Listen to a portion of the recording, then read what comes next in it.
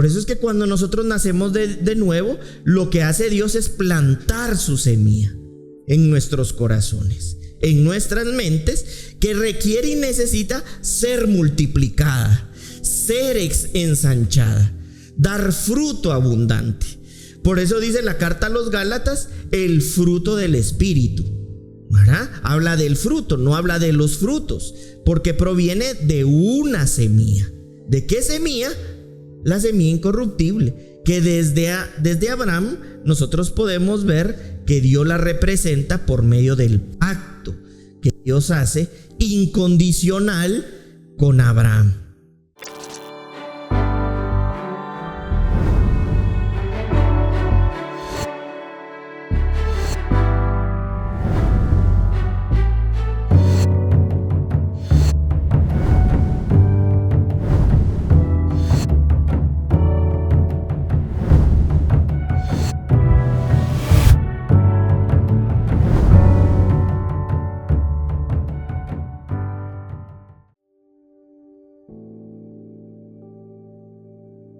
Muy bien, vamos a dar inicio con la enseñanza del día de hoy, a la que le hemos colocado por nombre un Dios de progreso. No progresismo, ¿verdad? Sino de progreso, de progreso, de avance, de ir hacia adelante. Es la acción de ir hacia el cumplimiento de aquello que Él de alguna manera ha previsto. Y precisamente el día de hoy vamos a ver cómo en el propósito de Dios, todo a lo largo del tiempo, de las edades y de la historia, el propósito de Dios se ha ido expresando y manifestando. Es decir, nosotros vamos a poder ver el carácter de Dios a lo largo del tiempo. Y esto es importante que lo entendamos, porque todo lo que Dios hace desde el momento de su creación, porque Dios todo lo que hace lo hace según lo que Él es perfecto. Pero Él va revelando, llamémosle de esa manera, progresivamente todo lo que Él es. Y esto tiene también una aplicación en nuestras vidas individuales, pero también como cuerpo del Señor. Es decir, Dios, tenemos la vida de Dios que es perfecta. La vida de Dios es perfecta, pero el Señor en esa perfección va dándonos de su vida, vamos entendiendo de su vida progresivamente. Es decir, Dios siempre nos conduce hacia adelante. Entonces vamos a utilizar hoy la escritura para que nosotros podamos ver la expresión de este carácter de Dios en todo lo que Él hace. Desde la implicación macro hasta la implicación menor, podríamos decirlo de alguna manera. Es decir, desde la aplicación total de las cosas hacia esa realidad personal con su propósito. Entonces, para esto vamos a darnos cuenta, después de lo dicho, que el Señor ha establecido diferentes tipos de formas o de maneras o de pactos a lo largo del tiempo. Es decir, hay un pacto eterno de Dios. Este es el pacto en donde todos aquellos otros pactos van cumpliendo con el objetivo dentro de todo ese propósito. Es decir, dentro de este pacto eterno nosotros vamos a ir viendo progresivamente cómo Dios se ha ido mostrando para que entonces hoy podamos llegar al tiempo en el que en este momento estamos. Para eso vamos a iniciar con el pacto que se conoce como el pacto edénico. Nosotros lo encontramos en el libro de Génesis, capítulo 2, versículo 8 y 9. Dice, y Dios plantó un huerto en Edén, al oriente, y puso allí al hombre que había formado. Y Dios hizo nacer de la tierra todo árbol delicioso a la vista y bueno para comer, también el árbol de la vida en medio del huerto y el árbol de la ciencia del bien y el mal. Nosotros sabemos hoy en día que desde el Génesis Dios estaba mostrando su intención. ¿Cuál era la intención principal de Dios? Darse a conocer a su creación. Entonces, como para ese tiempo Jesucristo todavía estaba preservado, lo que utilizaba Dios eran figuras, sombras o tipos que pudieran representar la intención de Dios. Entonces coloca, dice aquí en el huerto del Edén, un árbol. Este árbol de la vida representa a Jesucristo. Es decir, es una sombra profética de lo que estaba preservado y que iba a venir a manifestarse. En este mismo capítulo de Génesis, en el versículo 16 y 17, dice de la siguiente manera: y mandó Dios al hombre diciendo: de todo árbol del huerto podrás comer, mas del árbol del bien y del mal no comerás, porque el día que de él comieras ciertamente morirás. Si nosotros notamos, Dios en este momento no le dice a su creación, a Adán y a Eva, que no coman del árbol que representaba a Jesucristo. Sin embargo, del único árbol que Dios les dice que no coman, comen. Y entonces hay una muerte interna, ¿verdad? Una muerte, llamémosle de esta manera, espiritual. El hombre se desconecta. Entonces se desconecta de este propósito. Y ya conocemos lo que sucede, ¿verdad? El hombre es expulsado del Edén, pero continúa en la tierra. Este es un pacto al que nosotros podríamos conocer como condicional de Dios. Es decir, Dios condicionaba el beneficio que le iba a dar a su creación siempre y cuando su creación obedeciera su voz. Y entonces vino Adán y Eva y desobedecieron, y entonces viene Dios y pues quita ese pacto, ¿verdad? Que había realizado con ellos, porque ellos incumplieron su parte. Entonces esto es importante que lo veamos, porque desde el Edén Dios estaba mostrando su intención. Si recordamos, Dios descendía en espíritu al Edén para interactuar con su creación y de alguna manera mantener un tipo de relación. Si bien es cierto, Dios ahí no se había revelado, porque eso lo había preparado por medio de su Hijo, esto no quiere decir que la intención de Dios no pudiera ser visible. La intención visible de Dios, entonces, ¿cuál era? Estar en contacto con lo creado. Entonces hasta pone ahí en el Edén una sombra profética de lo que estaba preservado. ¿Y qué era lo que estaba preservado? A Jesucristo. Él estaba preservado en el tiempo para ser manifestado. No sé si ustedes recuerdan cuando Jesús está en la sinagoga y les dice: y este es el tiempo cumplido, y cierra la escritura, los rollos, ¿verdad? Es decir, estaba hablando del tiempo que Dios había previsto, se estaba cumpliendo, y les dice: delante de sus ojos. Lo que desde el Edén, por medio de un árbol, nosotros vemos la representación de Jesús, la sombra de Jesús. Este es un pacto condicional de Dios, y el hombre lo incumplió. Por otra parte, también podemos ver en Génesis capítulo 7, versículo 1, el pacto de Noé, el pacto noético. Y bien, y dijo luego Dios a Noé: entra tú y toda tu casa en el arca, porque a ti he visto delante de mí en esta generación. Este también es un pacto, este es un pacto incondicional. Es decir, aquí Dios nos le estaba poniendo una condición, si nosotros lo vemos, a Noé. Es más, la intención de Dios era sí o sí representar por medio del arca. Sí conocemos el arca bueno, no físicamente de Noé, pero sí hemos leído sobre el arca de Noé. Representar también como una sombra profética la salvación.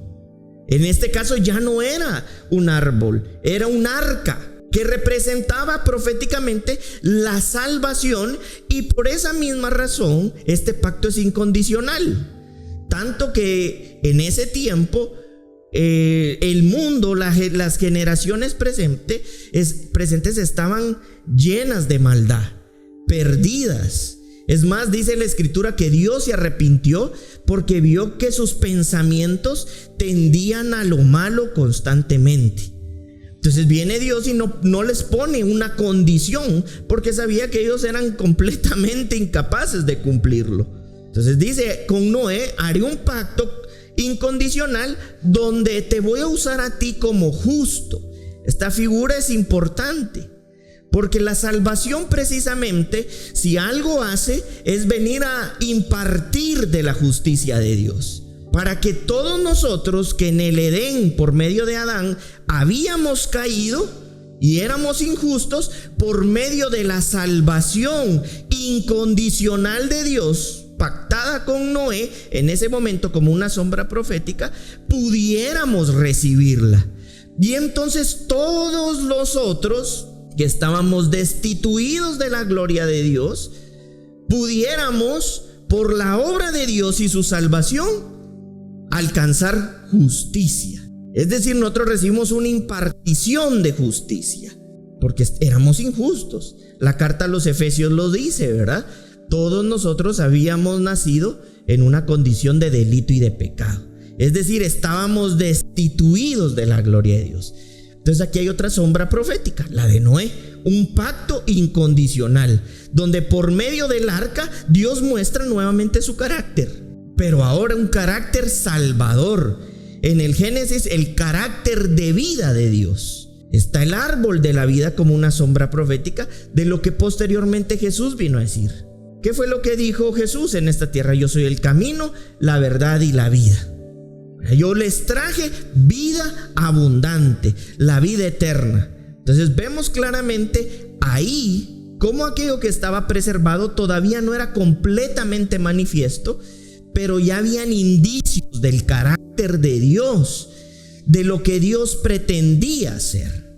Ahora vamos a leer, vamos a leer Génesis 17 del 1 al 3. Este es con Abraham, este se le conoce como el pacto abrámico. Este también es un pacto incondicional de Dios. Y dice aquí, era Abraham de edad de 99 años cuando le apareció Dios y le dijo: yo soy el Dios Todopoderoso, anda delante de mí y sé perfecto. Es decir, después nosotros podemos ver a Abraham en este momento como Dios le hace una promesa. La promesa de la arena, de las estrellas del mar, y en tu simiente, y a tu simiente yo bendeciré. Eso era una palabra poderosa, porque simiente básicamente significa semilla. ¿Por qué? Porque esa semilla en Abraham era la figura de Cristo, de lo que había de venir. Entonces por eso esa simiente estaba bendita por naturaleza, porque de las entrañas, en las entrañas de Abraham, Dios utiliza para poner el ejemplo de la semilla incorruptible. ¿Cuál es esa semilla incorruptible? Jesucristo. Entonces vamos nuevamente dándonos cuenta. Vimos el árbol, ahora vimos el arca de la salvación. Y ahorita estamos viendo la semilla que representa la vida eterna de Dios. Por eso es que cuando nosotros nacemos de nuevo, lo que hace Dios es plantar su semilla en nuestros corazones, en nuestras mentes, que requiere y necesita ser multiplicada, ser ensanchada, dar fruto abundante. Por eso dice la carta a los Gálatas, el fruto del Espíritu, ¿verdad? Habla del fruto, no habla de los frutos, porque proviene de una semilla. ¿De qué semilla? La semilla incorruptible, que desde Abraham nosotros podemos ver que Dios la representa por medio del pacto que Dios hace incondicional con Abraham.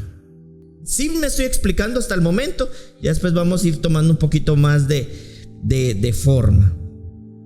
Por otra parte, tenemos ahora, vamos a ver, el de Moisés. Vamos a ver lo que dice Moisés en Éxodo 21. Y habló Dios todas estas palabras diciendo, y nosotros podemos ver ahí toda la ley de Dios, ¿verdad? No les estoy leyendo todo porque si ustedes lo apuntan, ustedes pueden extenderse y ahí van a encontrar lo que les estoy diciendo. Entonces, en Éxodo 21, Dios está haciendo un pacto condicional. Si el pueblo de Israel me es obediente, no morirán. Pero ¿qué sucedió con el pueblo de Israel en Egipto? Desobedeció. Recibiendo esto, Moisés, que es el pacto mosaico, baja Moisés y ya encuentra un pueblo desordenado. Con ¿cómo se llama ese animal que hicieron? Con un becerro de oro. Es decir, ellos habían recreado según su imaginación a Dios. Cuando Dios estaba revelando su carácter a Moisés en el monte Sinaí. El monte Sinaí también es una sombra profética, al igual que la ley. Después, en el Nuevo Testamento, nosotros encontramos no el monte Sinaí, sino el monte de Sión, la ciudad eterna de Dios, la nueva Jerusalén celestial, de la que nosotros somos parte.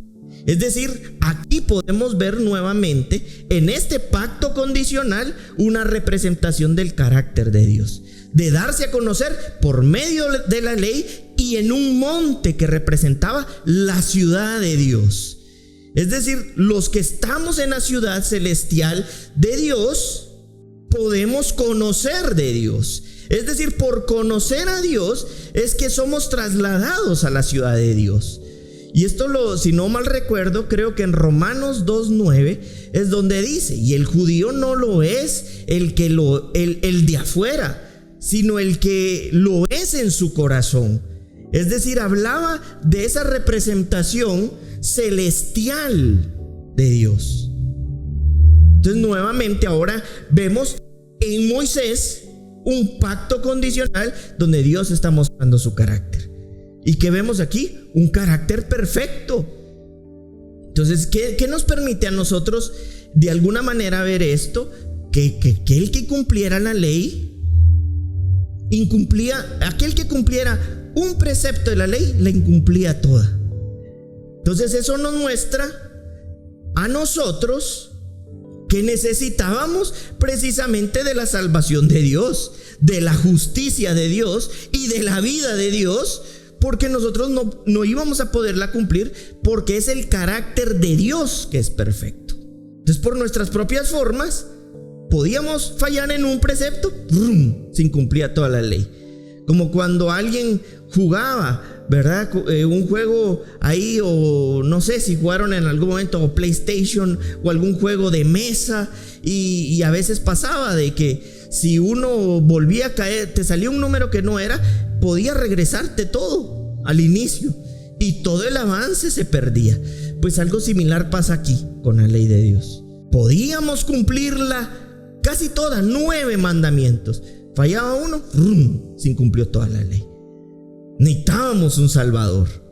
Necesitamos la vida de Dios. Necesitamos la semilla de Dios. Lo que le reveló a Moisés era lo de afuera. Aquí lo está diciendo el apóstol Pablo. Pero ahora, y lo vamos a ir viendo, es desde adentro. Y esta es la alabanza de la cual no viene de los hombres, sino de Dios. Porque en ese tiempo los judíos, el fariseísmo, el sionismo político religioso de la época consistía precisamente en eso, en ver si alguien cumplía exactamente la ley, y a quien no, incluso tenían el derecho de apedrearlo y de matarlo. Entonces aquí está diciendo Pablo: la alabanza que esperamos es la que viene de Dios, y esa la recibimos en nuestro interior. ¿Por qué? Porque estamos siendo transformados a una nueva imagen, a una nueva semejanza, a una nueva realidad. Por eso es que esto es glorioso y maravilloso, porque no se trata de un concepto religioso, sino de la vida de Dios derramada en sus nuevas creaciones. Por eso en este lugar habemos nuevas criaturas. Digan conmigo: soy una nueva creación. Soy una nueva creación. Eres un bendecido en Cristo, porque hemos recibido la alabanza que no viene de los hombres, sino la que viene de Dios. Esa es gloriosa, poderosa y transformadora. Ahora podemos ver también el pacto davídico en 2 de Samuel 7:10. Es el pacto que hace con David. Además, yo fijaré lugar a mi pueblo Israel y lo plantaré para que habite en su lugar y nunca más sea removido, ni los inicuos le aflijan más como al principio. Este es un pacto incondicional, semejante a lo que profetiza Daniel. El profeta Daniel hace saber que vendrá un tiempo de un reino que será inconmovible. De un reino, dice el profeta Daniel, que permanecerá para siempre. Y es esto que le está diciendo, es este pacto incondicional que Dios está haciendo con David. Bendice a su herencia, a su linaje. Es decir, es poderoso. Porque somos parte de este pueblo, de este reino profético, espiritual y celestial. Ustedes saben más o menos de dónde proviene lo que se conoce como la verdad presente. Esta palabra como técnica, como tal, porque existe la palabra técnica verdad presente, no es un invento. La realizaba cuando un hombre conquistaba un pueblo y se establecía como rey, y entonces lo que decretaba se establecía como la verdad presente que regía un pueblo. Entonces, con la vida de Dios por medio de Jesús se estableció la verdad presente de Jesús, y lo que Él dijo sobre su pueblo, lo que fue profetizado y lo que vemos a lo largo de las edades, en Él tuvo cumplimiento. Por eso esa es nuestra realidad presente, porque nuestro Rey estableció esa realidad sobre nosotros, profetizado y visto desde el libro del Génesis.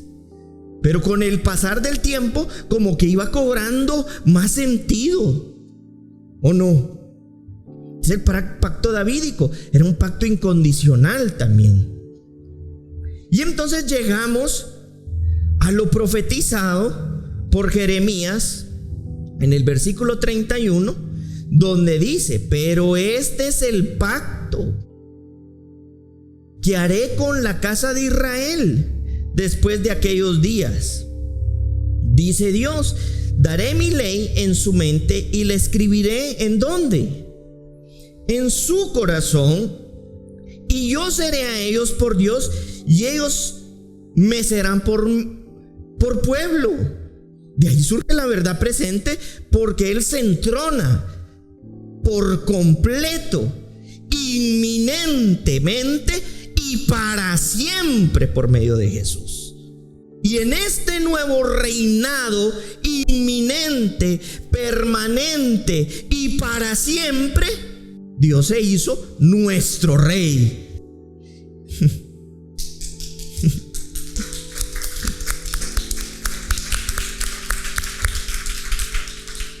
Y como su Rey, como nuestro Rey, entonces estableció su realidad presente sobre la casa de Israel. Y ya vimos en Romanos 2:29 que ¿quiénes son los judíos? Los que son, dice el apóstol Pablo, en su interior.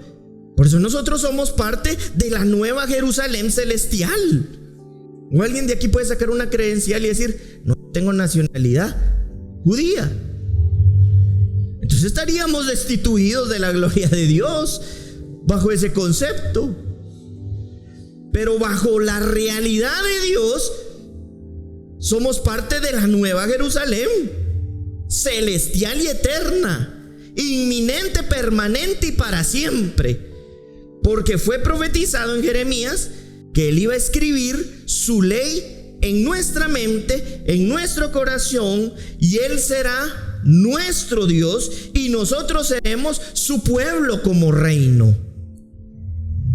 Pero todo esto Dios lo ha ido llevando de aumento en aumento, de gloria en gloria, de gracia en gracia.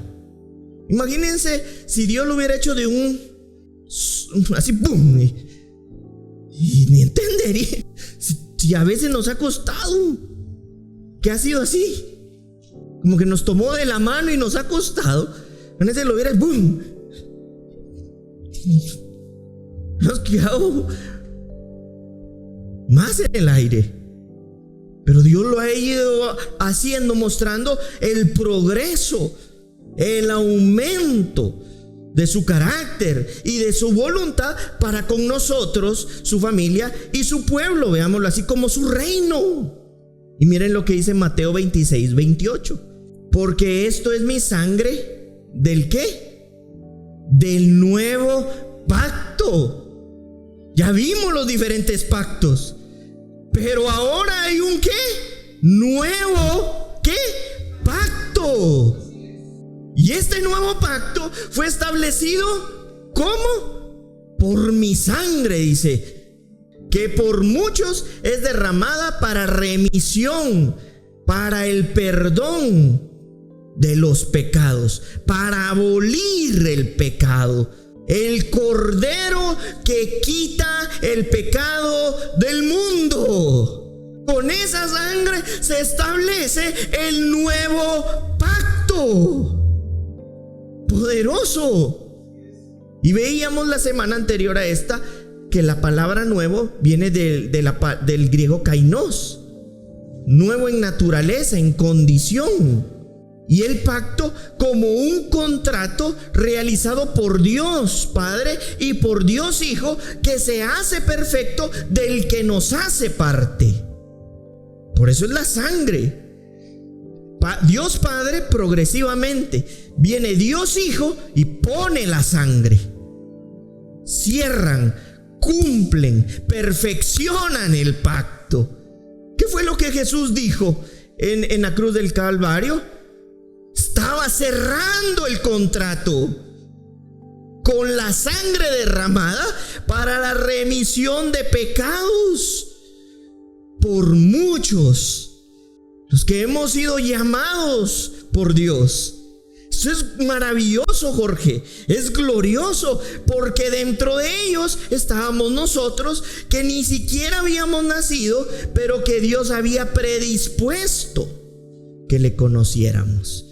Y por medio de su Hijo ya nos había amado, ya nos había escogido para ser parte de este pacto eterno. Porque todo esto está pasando, imaginémonos, lo veámoslo así, la base de todo un pacto eterno. Solo que iba progresando, aumentando. Miren lo que dice la carta a los Hebreos, capítulo 9, versículo 18. ¿De dónde? Ni aún el primer pacto fue instituido sin sangre, dice. Pero no era la sangre perfecta de Dios, porque Él es el Cordero perfecto. Y miren lo que dice Hebreos 13:20. Y el Dios de paz, que resucitó a los muertos, a nuestro Señor Jesucristo, el gran pastor de las ovejas, por la sangre del pacto, ¿qué cosa? Eterno. Dios conocía el fin de los tiempos desde el inicio, dice Jeremías. Y Dios sabe el final de las cosas desde el principio. Empezó progresivamente, pero no porque Él no supiera. ¿Sí me explico? Voy a ir así para ver por dónde voy a agarrar. Ojalá me salga un Abraham, un mi Noé, un mi Moisés. No tenía previsto. Por la sangre del pacto eterno. Y lo quieren ver y que lo quieren comprobar. Veamos lo que dice Apocalipsis 13. Y lo adorarán todos los moradores de la tierra, cuyos nombres no estaban escritos en el libro de la vida del Cordero, que fue inmolado desde el principio del mundo. ¿Cuándo fue inmolado Jesucristo? Desde el principio del mundo. Pero nosotros lo vimos hasta cumplido el tiempo en la tierra. Pero dentro del plan de Dios ya había sucedido. Eso es Y podríamos decir, ¿y por qué? ¿Y por qué lo hizo así? Me hubiera ahorrado todo. Porque la única manera de obtener la gracia de Dios era por medio de su Hijo. Podía tener la creación, pero Dios había previsto que tuviéramos la gracia de Dios para podernos ver por medio de su Hijo. Es decir, ya no solamente ver a Luisa, sino cuando ve a Luisa, ve la sangre derramada, la vida de Cristo. ¿Sí me explico? Ese era el deseo. Por eso nosotros vemos cómo progresivamente Él se fue mostrando. Pero para llegar a ese punto tenía que pasar lo que pasó, para entonces dar su gracia, dar a su Hijo, y que todos hoy por medio de su Espíritu, del Espíritu Santo, podamos andar en la vida de Jesucristo. Eso es gracia, eso es amor. Y ese es uno de los grandes misterios de la gracia. Y por eso son misterios, porque necesitan, y por medio de su Hijo fueron descubiertos, para que por medio del Espíritu Santo de Dios podamos ahora conocerlos, verlo con los ojos del entendimiento, dice la Escritura.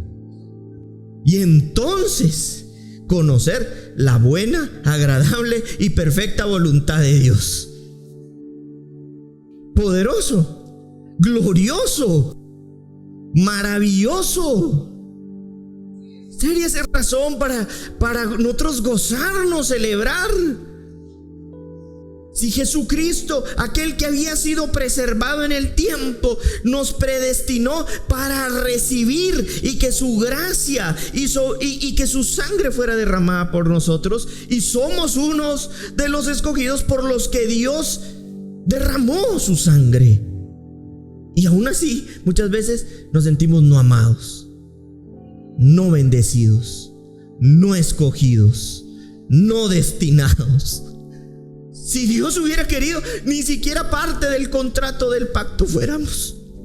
Pero nos introdujo en ese pacto perfecto para ser parte. Entonces ahí es donde cobra aún más fuerza lo que dice cosas como, por ejemplo, Romanos 8:29, que Dios nos predestinó. ¿Y para qué? Para ser de acuerdo a la imagen de su Hijo. Pero para eso ocurrió todo esto. ¿Cuántos bendecidos hay en este lugar? ¿Cuántos amados por el Señor hay en este lugar? Así es. Vamos a ver lo que dice entonces Efesios 2:7, de la mano con lo que vimos con Apocalipsis. Para mostrar en los siglos venideros las abundantes riquezas de su gracia. Objetivo de todo esto: mostrar en los siglos venideros las abundantes riquezas de su gracia en su bondad. Fue pura bondad de Dios. Si estamos en esto, es pura bondad de Dios para con nosotros. ¿En quién? En Cristo Jesús. Cuando esto nos destapa esta realidad y sabemos que es por pura bondad, es que no podemos andar y vivir igual, porque esto ha sido un acto de amor puro. De tal manera, fue tal la forma de Dios de amar al mundo, que envió al único de su clase, para que todo aquel que pueda creer esto tenga vida eterna. La pregunta es: ¿podemos creer esto? ¿Podemos creer esto? Muy bien. La palabra mostrar, yo ya se las enseñé lo estuvimos viendo hace como unas 2 o 3 enseñanzas, pero viene del griego endeikenemi, Y significa ser plenamente evidente, mostrar pruebas conspicuas que demuestran algo innegable. Tú eres. La palabra mostrar, donde dice para mostrar en los siglos venideros, tú eres una prueba innegable del pacto eterno de Dios en esta tierra. Conspicua es un término legal, porque hace referencia a una prueba innegable que agrega la dimensión de condición permanente. Di conmigo: yo soy una prueba innegable de las abundantes riquezas de la gracia de Dios.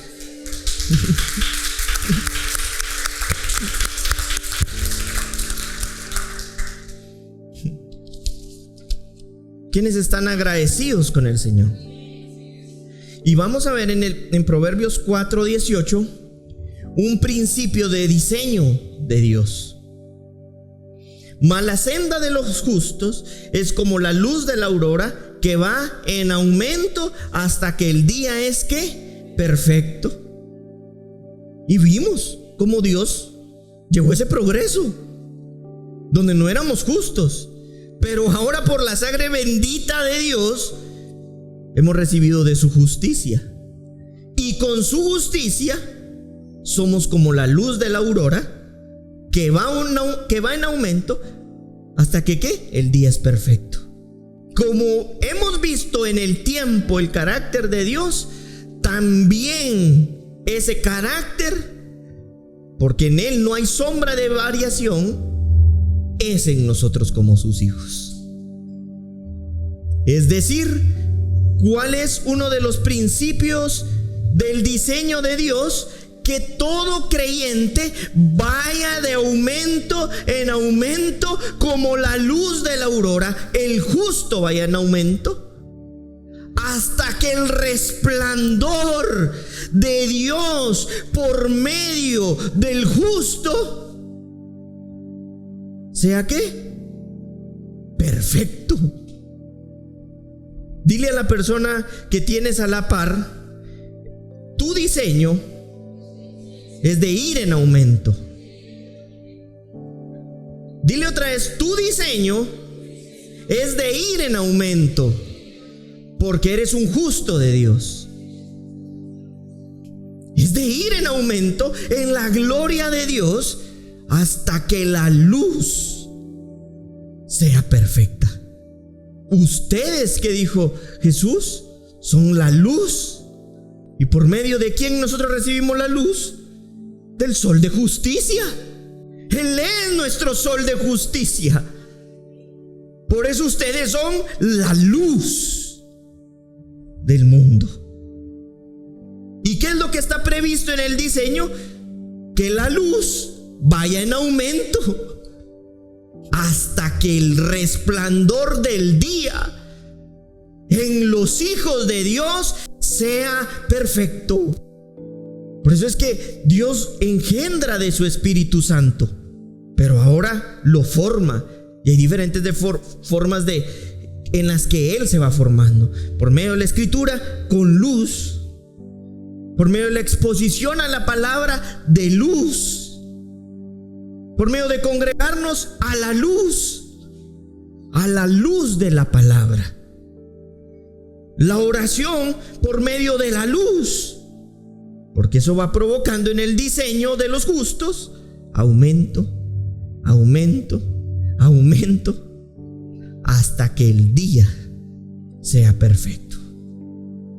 Esa es la expectativa. La expectativa es que todo creyente sea transformado a la imagen de Dios. Y eso nosotros lo encontramos en 2 de Corintios 3:18. Por tanto, nosotros, ¿cuántos? Algunos, unos pocos, todos. Por tanto, todos nosotros, mirando a cara descubierta como un espejo la gloria del Señor, ¿qué sucede? somos transformados ¿de qué? Gloria en gloria, en la misma imagen como por el Espíritu del Señor. Es decir, el diseño de Dios prevé que todo hijo de Dios sea transformado de gloria en gloria hasta la misma imagen del Señor. Vimos el carácter a través del tiempo, pero ahora estamos viendo el carácter de Dios y esa implicación en este nuevo pacto en la vida de los hijos. La frase como en un espejo viene del griego eikon, representación como en un espejo, refiriéndose a algo que es muy parecido, como una proyección en alta definición. Ahora hay HD, 4K, QLED. Antes nos poníamos contentos porque era plana, ¿verdad? Ahora vamos y decimos, tenemos una plana, y nos dicen, no, ahora la tecnología ya llegó hasta que uno siente que está ahí metido.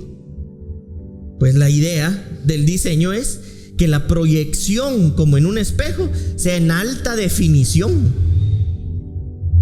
Según lo define el contexto, la imagen refleja exactamente su fuente, a la que corresponde directamente. Asume un prototipo al cual no solamente se asemeja, sino del cual es extraído. Es más bien un tipo de réplica, como en un espejo.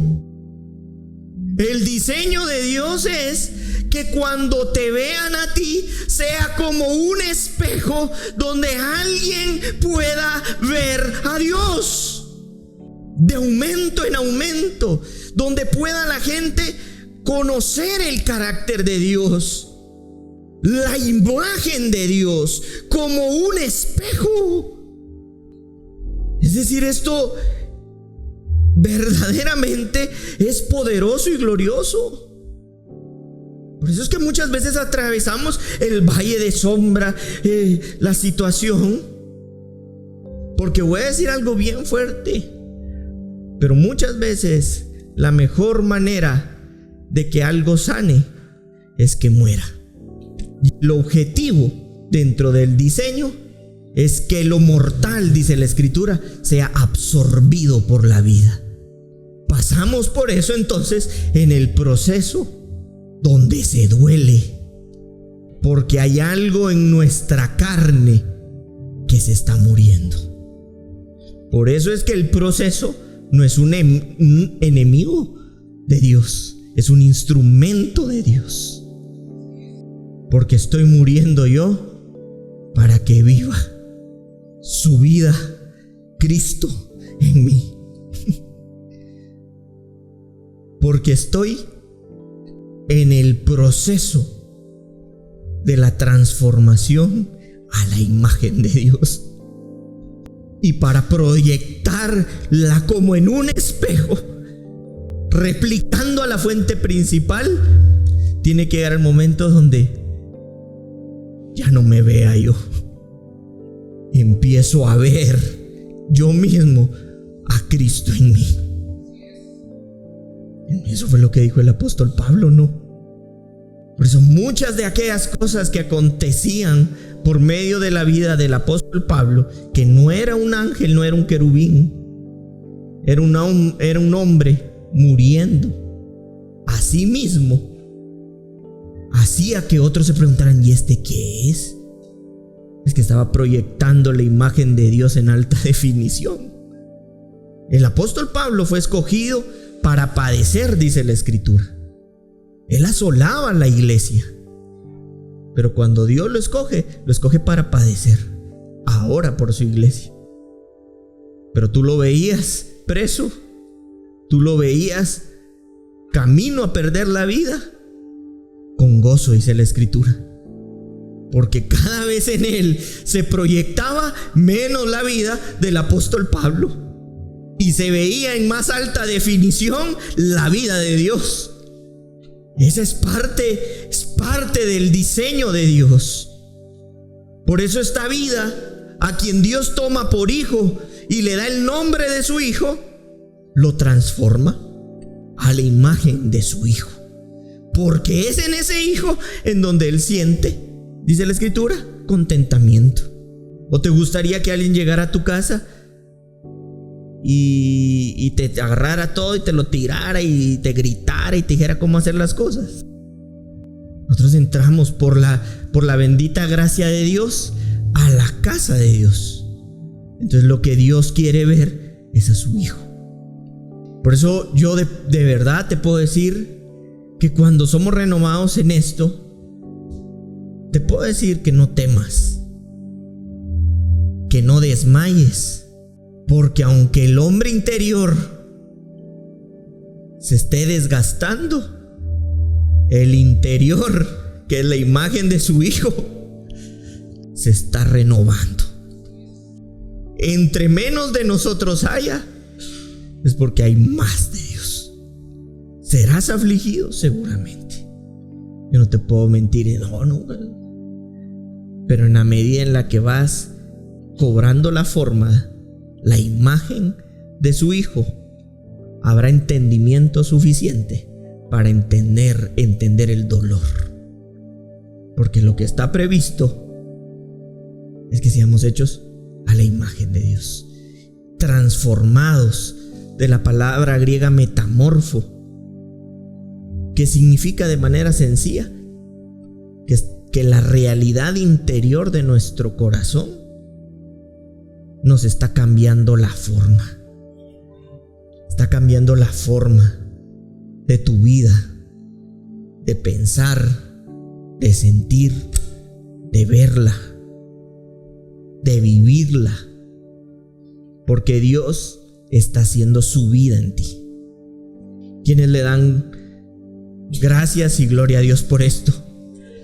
Por eso es que nosotros podemos ver rápidamente en Juan 3:16, lo vamos a leer rápido, dice: de tal manera amó Dios al mundo que ha dado a su hijo, ¿qué? Único. El griego monógenes, el único en su clase. Pero resulta que de aquí a Romanos 8:29 ya hubo un cambio. Ya no habla del único, ahora habla del primero. Dios dio lo más exclusivo, lo único en su clase, con tal de que no existiera solamente uno, sino que pudiéramos, ¿qué? Haber muchos. Todos nosotros. La etapa en la que estás transitando, la parte de la vida en la que estás ahorita viviendo, aunque te pueda causar dolor, lo que va a expresar es una gloria mayor de Dios.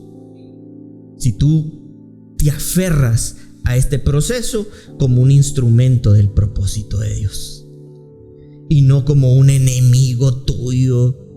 Dijo Jesús en el Getsemaní, con sangre, sufriendo en su humanidad, un ejemplo de que se puede sufrir, pero con entendimiento, por ser el Hijo de Dios, que decía que sea lo tuyo antes que ¿qué? Lo mío. Poderoso, ¿verdad? Y vamos a finalizar con el Evangelio de Juan 1:16. ¿Es posible entonces que esto pueda pasar? Sí, porque de su plenitud, de esta plenitud, es que tomamos todos, y gracia sobre gracia. Versículo 17: pues la ley por medio de Moisés fue dada, pero la gracia y la verdad vinieron por medio de ¿quién? De Jesucristo. Habrán etapas en tu vida donde lo que el proceso venga a hacer es afirmar tu identidad en Dios, a establecerte en Dios, pero también a corregirte en Dios, para que sigamos andando en el camino de la vida. Por eso el que avanza más en esta vida no es el chica que es súper inteligente, es el más humilde, el que presenta sacrificio vivo como un culto racional. A veces nos olvida de que estamos administrando esta vida, pero nosotros estamos aferrados a esta vida. lo mío y lo mío. ¿Y no viste quién se comió mi uva? Puse nombre. Y volteas a ver y el chiquito, a veces el grandote va con la uva. Y hacemos por la uva, que alguien, esa era mi uva. Así no fue con una uva, con una manzana, pues. Banano. No saben lo que a mí me cuesta. Y no es que no pueda dolerte algo, es que a veces nuestra misma actitud demuestra que hay cosas que deben ser corregidas, necesitan ser formadas. Y una vida que necesariamente requiere ser transformada a la imagen de Dios.